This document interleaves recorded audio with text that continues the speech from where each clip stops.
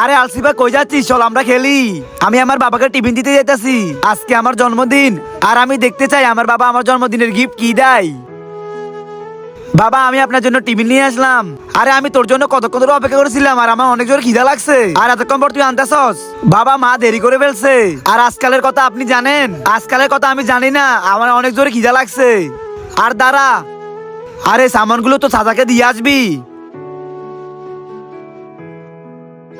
আরে আলসি ভাই, এত রাগ করে কই যাচ্ছিস?